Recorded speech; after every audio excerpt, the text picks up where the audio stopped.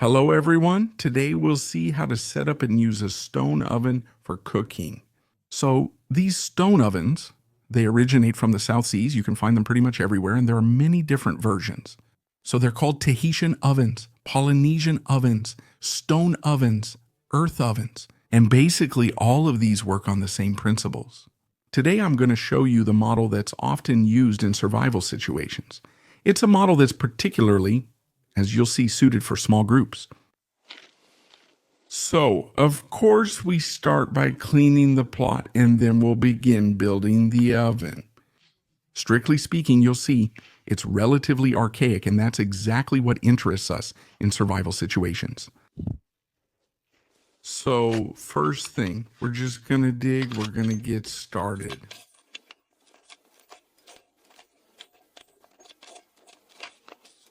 For a small oven like the one I'm going to show you today, about 50 to 60 centimeters in diameter, a hole 50 to 60 centimeters in diameter, and 60 to 70 centimeters deep.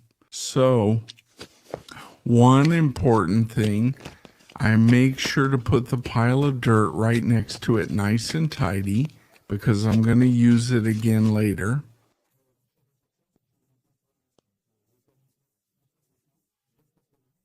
There you go. After about 15 minutes, 60 to 70 centimeters deep for the hole at a relaxed pace. So I need to tell you a little bit about the advantages of these ovens. So first strong point, these are ovens that have the benefit of giving back. Game meats, that is the meats we hunt, wild game meats from a health perspective. So that's important. The stone oven will soften the fibers of the meat. It's the fact of cooking for a long time at a constant, stabilized temperature that will tenderize tough meats, like those from game animals. So, on top of that, you should know that this type of cooking makes animal proteins much more digestible compared to other types of cooking. We're using a cooking method that will destroy all parasites, all bacteria, all viruses, and this is thanks to this slow and stabilized cooking. You should also know that if you grill wild meat, generally speaking, you risk searing the meat on the outside, but not cooking it all the way through. And if your fire is a little too hot, it's hard to make adjustments. When you're in the forest or out in nature, you risk not cooking the inside and leaving bacteria and viruses intact. So I went to look for it. Some branches will help us with the final preparations. So you can see that it's really full of moisture. It rained a little bit last night. The ground is soaked, so there's no risk of fire today. So with these branches, you have to be careful that they're not toxic leaves. That's the only constraint. Large leaves like these are excellent. This is poplar. Now, the main event, stone oven. For a stone oven, you need stones. So here I picked up some pebbles. So one important thing when you make these ovens is that you absolutely have to put all your stones at the bottom of the hole so you know exactly how many stones you have. The amount of stones should not exceed 25% of the hole. So here, I'm well below that, so it's going to be fine. So once you've taken out all the stones and checked the amount of stones compared to the volume of the hole, you're going to pick up the small stones, the small flat stones if possible. And you're going to line the bottom of the oven with them, that is, the floor. Thank you, so that you have a dry base at the bottom to make a small fire. So this is the starter fire. So I need very, very dry kindling because you'll see it's not very easy to light, so it has to catch instantly. So you have to prepare it well, very, very dry wood, and then a fire starter if needed. So once the kindling, the firewood, is placed at the bottom of the oven, I'm going to use 3 logs that are between 3 cm and 5 centimeters in diameter. And they are green wood. They have the characteristics of green wood. It's the only green wood that will be used in the construction of the oven. So, this one, its purpose is to hold all the stones at first, to burn slowly so that the stones get as hot as possible. Here is the installation of the first stones. So there are ways to do this. You learn a little bit by doing it. Like everything. So flat stones, you can see that it's still interesting. Interesting, but it can be done with round stones when you don't have any.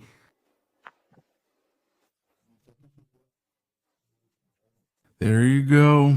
Once all the stones are put on the pile, we keep it.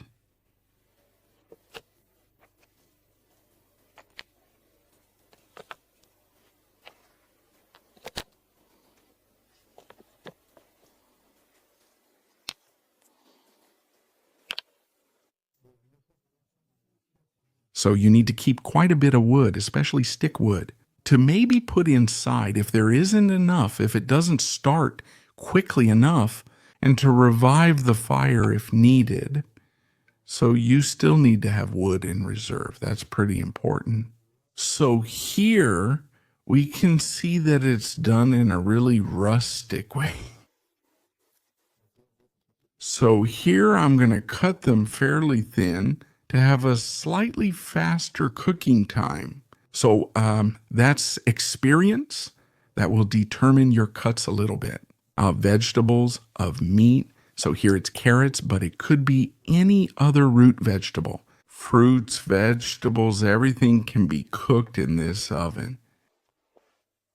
That's what we're going to see. So, of course, we choose nice leaves, sturdy and very fresh.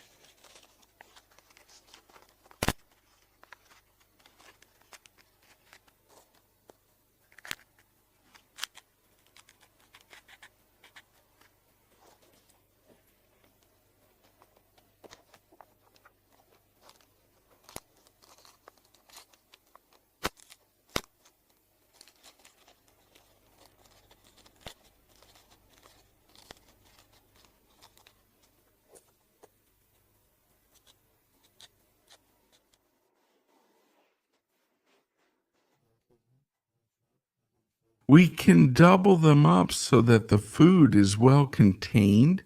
We can also easily tie them with any kind of plant stem. So with this oven, we have another strong point.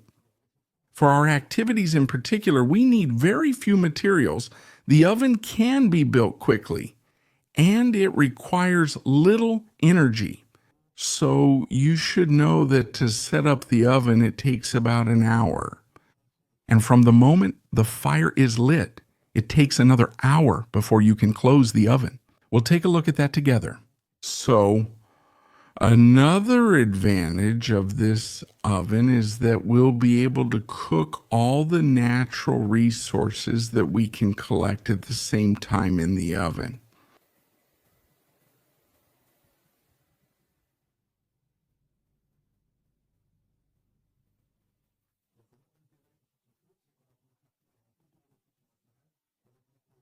So if you know how to do it, there's no problem. It's just a matter of cutting and adjusting the cut. You shouldn't have huge fruits and then tiny pieces. Otherwise, your cooking won't be even. You can cook all birds, all mammals, all reptiles, all fish, seafood too, like clams, mussels, oysters. You can cook roots, seaweed, leaves, fruits, vegetables, anything you find. So another strong point. Now, you'll see that you won't need any utensils to cook the food. You'll see that it can be done in a very rustic way, very simply, without any utensils. So that's an important point in survival. Finally, the last strong point. You have a significant capability with this type of oven. We'll see that with a tiny oven like the one I just set up here, you can cook enough food for 4 or 5 people, and this is for the whole day. So, if you're a larger group, you just need to make the oven bigger and have a bit more resources in terms of stones and wood. So the duck breast We'll put it fat side down on the floor, meaning fat side down, so that it cooks well. Don't hesitate to use several layers so that it's well wrapped.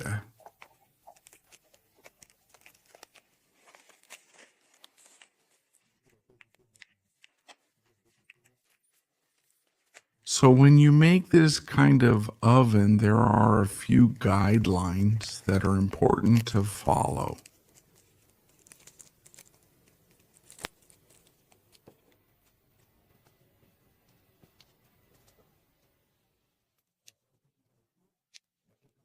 There we go. It's starting to collapse. The stones need to be hard and about the size of a fist. They also need to be dry because otherwise there's a risk of them exploding. You should put a maximum of 25% stones at the bottom of the hole.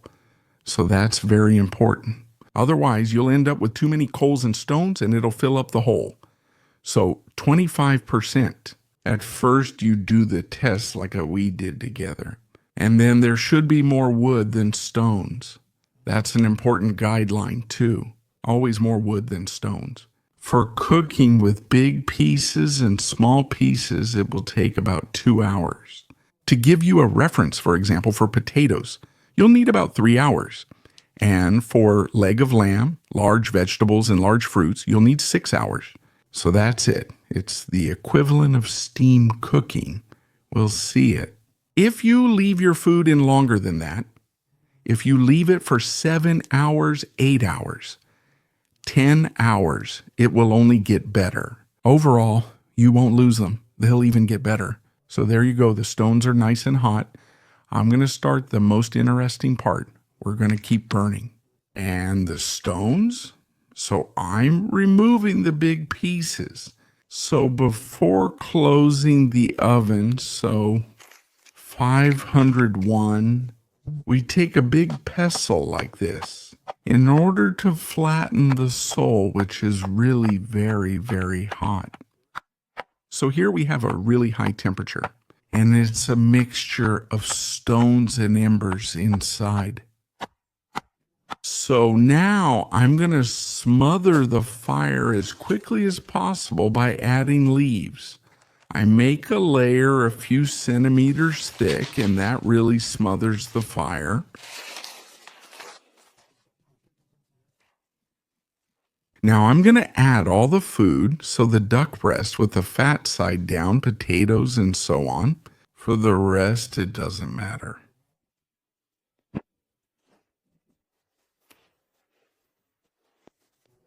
A second layer of leaves now.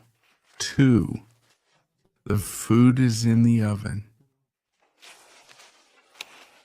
And now I'm going to use sticks. Now that I had planned here, put it this way. 2 ways to cover with the branches.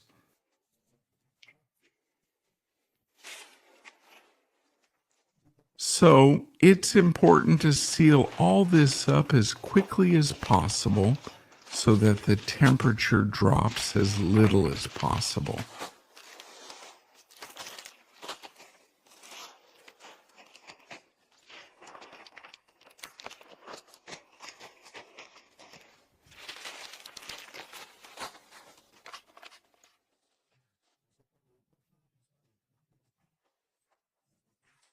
From the very beginning. So normally we look for areas where there's smoke and we try to smother all of it.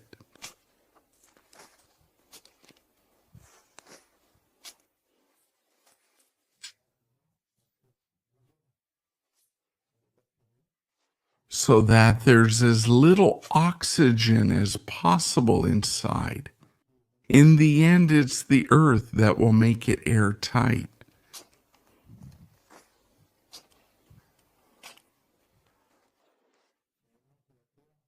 So, of course, each type of cooking, each type of oven will correspond to a given situation, a given place, a given weather, and even a given group. So here we have a very rustic system, very basic, a system that works everywhere, but it has a limitation. So it's a stone oven. For a stone oven, you need stones, obviously. So there's a second limitation, which is the cooking time. The cooking time here is 3 hours, which is quite long. So it's a type of oven that we'll reserve for camps that last at least half a day. If you need to be very agile, very quick while on the move, you'll have to choose our cooking method. So, of course, I encourage you to do your own experiments so you can really understand the basics of making and using this stove. You'll also need, of course, to size it according to your own needs.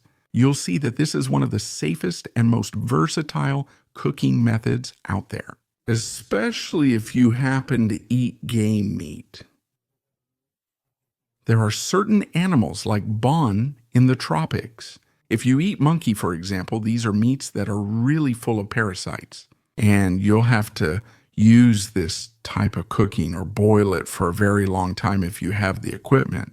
So for more discretion, I advise you to light the fire 2 hours before sunrise and close the oven in the early morning. You'll be much more discreet. So if you know how to use it and you've managed to cut the food properly, you'll have a hot meal at noon and you'll have enough to eat all day without making an extra fire. So for this type of oven, you'll need to go for the highest temperatures possible. So earlier I told you that by batoning, meaning by splitting the wood as small as possible, you get higher temperatures. That's true. However, you have different types of wood. Porous woods like poplar or elder are very light woods and don't reach high temperatures. So here, with this type of fire, this type of oven, we prefer to use denser woods like beech or black locust. There were also hornbeam and ash here, which are very hard woods and will reach high temperatures. So the flames can reach 1,300 degrees, and the combustion generally happens at around 1,000 degrees. Below that, you have oak, which is around 900 degrees, birch at 800 to 900. And below that, you have softwoods like pine, which will burn at around 600. So with this type of oven, we prefer dense woods that burn at high temperatures. All right, now I'm going to open the oven. It's 2 post-meridium, so that's 3 hours of baking. I closed the oven at 11 this morning. So with the clay, you have to go slowly so you don't get it everywhere, so you don't get it on the food.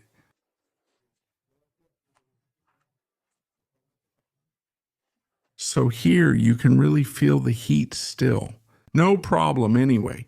This is the kind of oven that stays hot all night. If you do this in the evening and open it the next day it's still hot. So the goal obviously is to drop as little dirt as possible inside, which isn't always easy. But well, they're protected by the double layer of leaves, more of the little papillotes.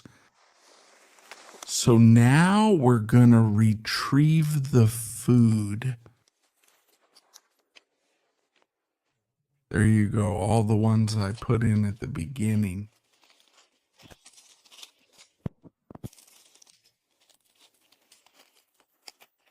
So now he's on the other one.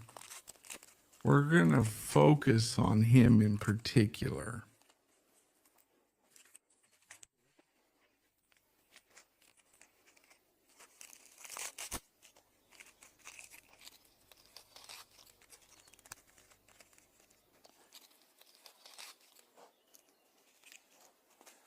Two duck breasts. There you go. They're going to be well cooked, that's for sure.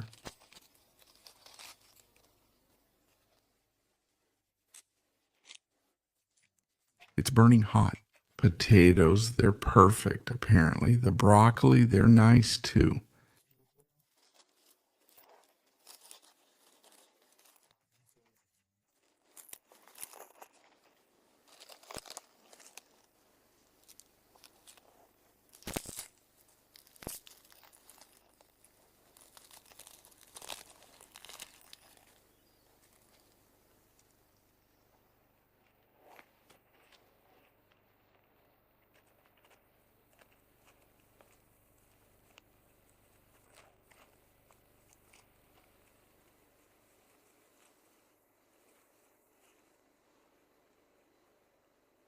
olive oil, soy sauce, pepper, and a bit of salt.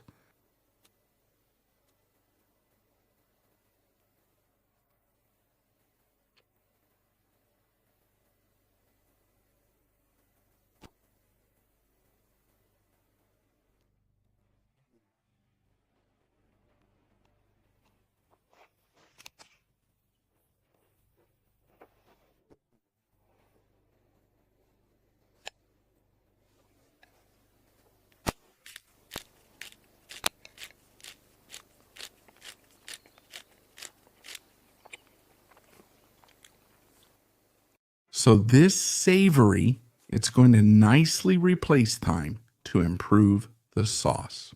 So I made things a little bit special today, but it was to properly celebrate with you the 100,000 subscribers of the channel.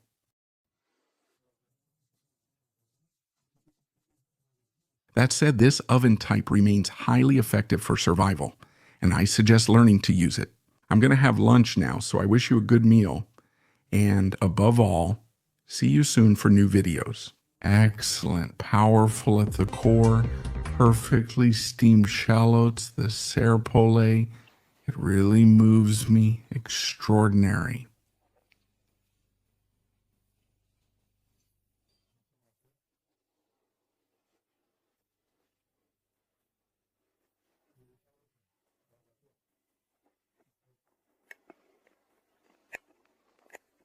A carrot, very pleasant, very well cooked. Broccoli, smoky taste. I have the potatoes.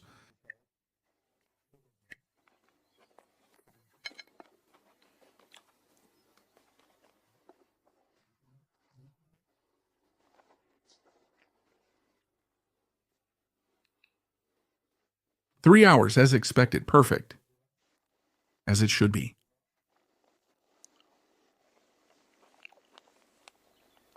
Impecable.